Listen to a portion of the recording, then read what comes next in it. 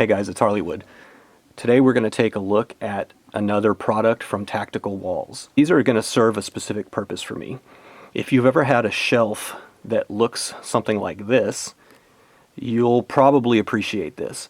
This is where when I come home from a day of work, I take everything off. I take my gun off, I take my knife, my flashlight, wallets, all of that stuff, and put it on a little tray on a bookshelf that we have. And it's a little unsightly, you know, especially when people come over. It's kind of cumbersome, especially if I have a gun there. Usually I'll go put it upstairs in the safe or hide it somewhere. If there's kids, it's even, you know, a little more hairy. If it's older family that I trust, I don't really worry about the gun, but especially when kids come over, if they're tall enough to reach those shelves, I got to go put it somewhere else. So this shelf from Tactical Walls can really help solve that problem. Now, I ordered the ones in the raw wood. I'm going to roll in some footage here, and my wife decided that she wanted to kind of distress and finish them.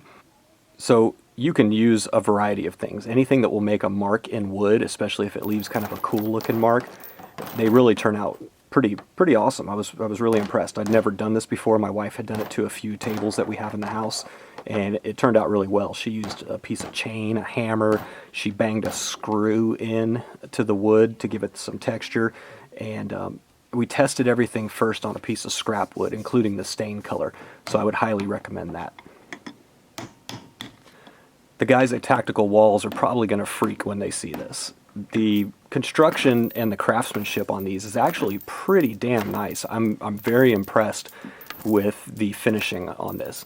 I mean, I have a miter saw, and I can't cut, you know, this cleanly to save my life. I built some little shelves for my son in his bedroom, and it's truly, you know, an art form to get stuff to line up and to put the nails in without, you know, shooting them out the side of the wood and everything else. So these guys are probably going to freak when they see my wife beating this with a chain and some of the other things that she does. But in the end, it turned out very nice. I think they'll be impressed. The installation on this is pretty easy. I would say if you're proficient with a level, a tape measure, and a screw gun, you're probably going to be fine. If you've ever hung you know, pictures that required more than one screw, or, you know, I used to work for a sign company, and we hung all kinds of things that required various mounting brackets and stuff of that nature. So this is actually pretty easy.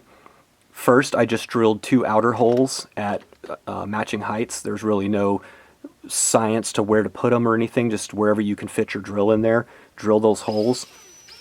The ones that you do have to pay a little more attention to are where your studs come through. So they give you 2 shorter screws with 2 wall anchors, and those are the ones I used on the outside. And then I had a stud running a little bit off center in the shelf. So they give you longer screws to go, you know, through the back plate of the Tactical Wall shelf, through your drywall, and into the wall stud. So make sure that you measure everything. Measure, measure, measure. I can't stress that enough. Make sure that you get this level. If you can get an extra set of hands, that would probably be very helpful. My son, you'll see in some of the video footage here, was just chatting a million miles an hour. Daddy, what is that? Daddy, what is that? I want to draw. Can I drill? Can I do this? I want to hold it. And unfortunately, he wasn't able to help. He's a little too young for that, and my wife wasn't feeling well, so she was sleeping. But I got it. I got it worked out. Read the instructions very carefully. It tells you when to put the batteries in. It talks about the cards, the RFID cards. This is the unit that uses the RFID cards. There's also their previous version which used magnets. It's not hard at all to program new cards for this. It comes with a card that's called the programming card, and as you can see, I have 2 shelves. Each one came with 2 cards, and they're only programmed for their individual shelves. So if I took the card from the bottom shelf and tried to use it on the top shelf, it would not work. And the trick is to take that programming card, slide it over top of the locking mechanism. The locking mechanism will start to beep, and then within 3 seconds, slide the inactive card over that same locking mechanism, and it will program it to use that card. These will drop open a little quickly. Make sure you practice opening and closing it. Depending on what you load in there, it can drop a little quicker. The pistons on the side do a good job of slowing it at the bottom, but it will pop open pretty quickly, so make sure you practice with it a little bit. It comes with a foam liner that it has an adhesive bottom on it. You can cut this if you had a specific gun that you knew you were going to keep in there, and that will help keep things in place. I'm not quite sure what my final contents are going to be for these yet, so I'm not going to show you the finished, cut foam. What I will say though is, if you're going to not cut the foam, I would just take it out. If you try to set something on top of the foam, these drop open. I don't know what the degree angle is, but they drop open at a pretty sharp angle, and anything you have in there will probably slide off the foam. If you don't have the foam in there, there is a little lip at the bottom that will hold most things.